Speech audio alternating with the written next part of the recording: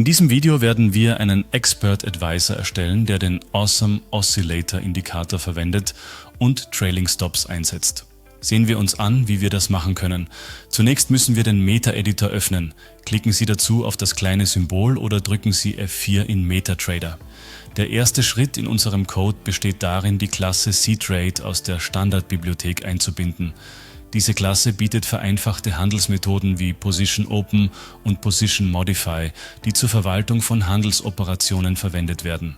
Wir instanzieren ein cTrade-Objekt mit Standardparametern, das alle Handelsoperationen einschließlich der Positionsverwaltung abwickeln wird.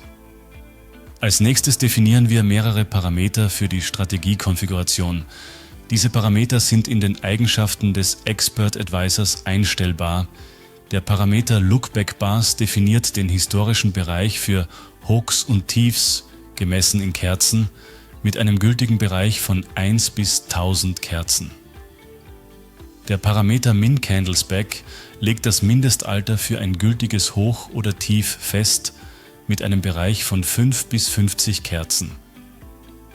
Der Parameter Trailing Offset ist die Sicherheitsspanne für den Trailing Stop, gemessen in Punkten im Bereich von 1 bis 20.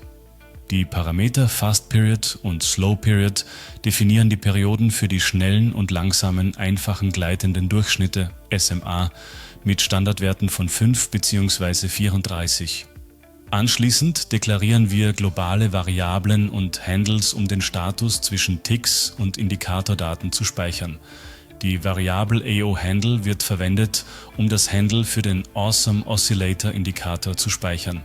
Das Array AO-Buffer speichert die Werte des Awesome Oscillators, während das Array Price Data die Kursdaten Open, High, Low und Close OHLC speichert.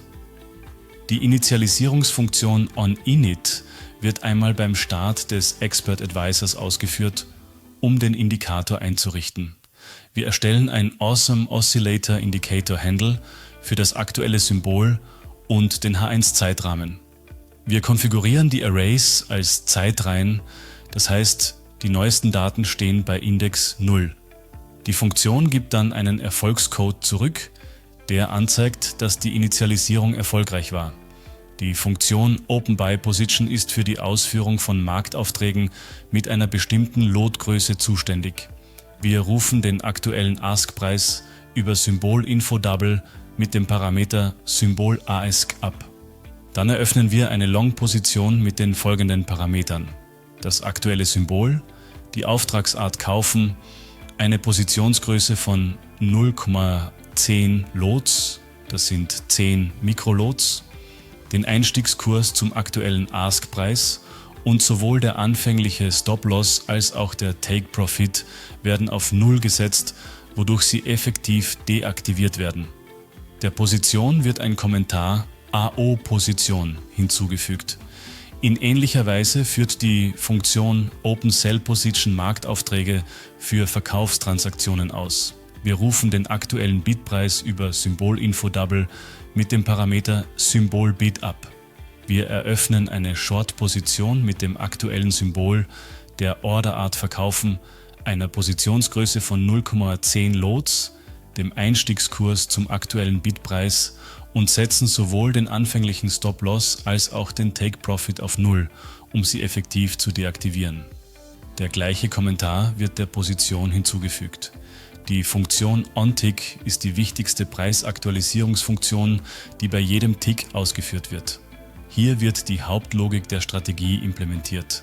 Wir beginnen damit, historische Kursdaten für die Analyse abzurufen, indem wir die H1-Kerzendaten für den Rückblickzeitraum in das Array Price Data kopieren. Außerdem kopieren wir die berechneten Awesome Oscillator Werte für die Trendanalyse in das Array AO-Buffer. Anschließend überprüfen wir den Positionsstatus, um festzustellen, ob es offene Positionen und deren Typ gibt. Wir initialisieren eine boolische Variable hasOpenPosition auf False und setzen den Current Position Type auf Position Type Buy als Standardwert. Wir durchlaufen alle offenen Positionen, um relevante Positionen zu finden und überprüfen, ob jede Position zum aktuellen Symbol gehört. Wenn eine passende Position gefunden wird, markieren wir, dass eine offene Position existiert und speichern ihren Typ. Wir verlassen die Schleife, nachdem wir die erste übereinstimmende Position gefunden haben. Die Handelslogik basiert auf dem Trend des Awesome Oscillator. Für eine Kaufbedingung prüfen wir, ob der Awesome Oscillator den Nullpunkt überschritten hat. Wenn es keine offenen Positionen gibt, eröffnen wir eine neue Kaufposition. Wenn es eine offene Kaufposition gibt, bestimmen wir den Tiefpunkt für den Trailing Stop, indem wir den Index des niedrigsten Tiefs im Rückblickszeitraum ermitteln. Wir stellen sicher, dass das Tief mindestens Min Candlesback alt ist und dass der aktuelle Kurs über dem ermittelten Tief liegt. Anschließend berechnen wir das Niveau des Trailing Stops, indem wir den in Punkte umgerechneten Trailing Offset zum Tiefstkurs addieren. Die Funktion Process Trailing Stop wird aufgerufen, um den Stop-Loss für die Kaufposition zu aktualisieren. Für eine Verkaufsbedingung prüfen wir, ob der Awesome Oscillator unter Null gekreuzt hat. Wenn es keine offenen Positionen gibt, eröffnen wir eine neue Verkaufsposition. Wenn es eine offene Verkaufsposition gibt, ermitteln wir den Hochpunkt für den Trailing Stop, indem wir den Index des höchsten Hochs im Rückblickszeitraum ermitteln. Wir stellen sicher, dass das Hoch mindestens Min Candlesback alt ist und dass der aktuelle Kurs unter dem ermittelten Hoch liegt.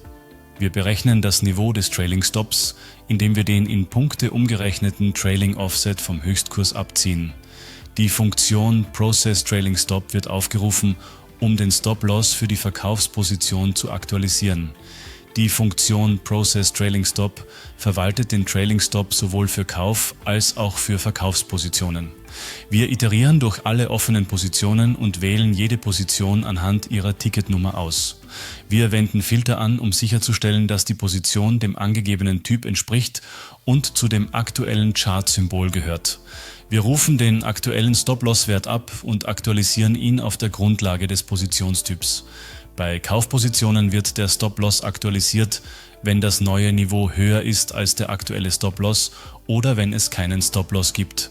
Bei Verkaufspositionen wird der Stop-Loss aktualisiert, wenn das neue Niveau niedriger ist als der aktuelle Stop-Loss oder wenn kein Stop-Loss vorhanden ist. Sobald wir die Programmierung abgeschlossen haben, drücken wir F7, um den Code zu kompilieren. Wenn Ihnen das zu schnell ging oder Sie nicht verstehen, was der ganze Code macht, sollten Sie sich den Premium-Kurs auf unserer Website ansehen oder zuerst eines der Grundlagenvideos anschauen. Wenn die Kompilierung erfolgreich ist, kehren wir zu MetaTrader zurück, indem wir F4 drücken oder auf das Symbol klicken. Zurück in MetaTrader drücken wir die Tasten STRG und R, um den Strategietester zu starten. Wir wählen den Expert Advisor, den wir gerade erstellt haben, aktivieren den visuellen Modus und starten einen Strategietest. Wir sollten den Expert Advisor auf dem Chart sehen, der Trades auf der Grundlage des Awesome Oscillators ausführt und Trailing Stops verwaltet. Wenn Sie bereits Mitglied im Premium-Kurs sind und eine Idee für ein Video wie dieses haben, können Sie uns gerne eine E-Mail schicken. In diesem Video haben wir gelernt, wie man mit ein paar Zeilen MQL-Code einen Expert Advisor erstellt, der den Awesome Oscillator Indikator und Trailing Stops verwendet. Vielen Dank fürs Zuschauen und wir sehen uns im nächsten Video wieder.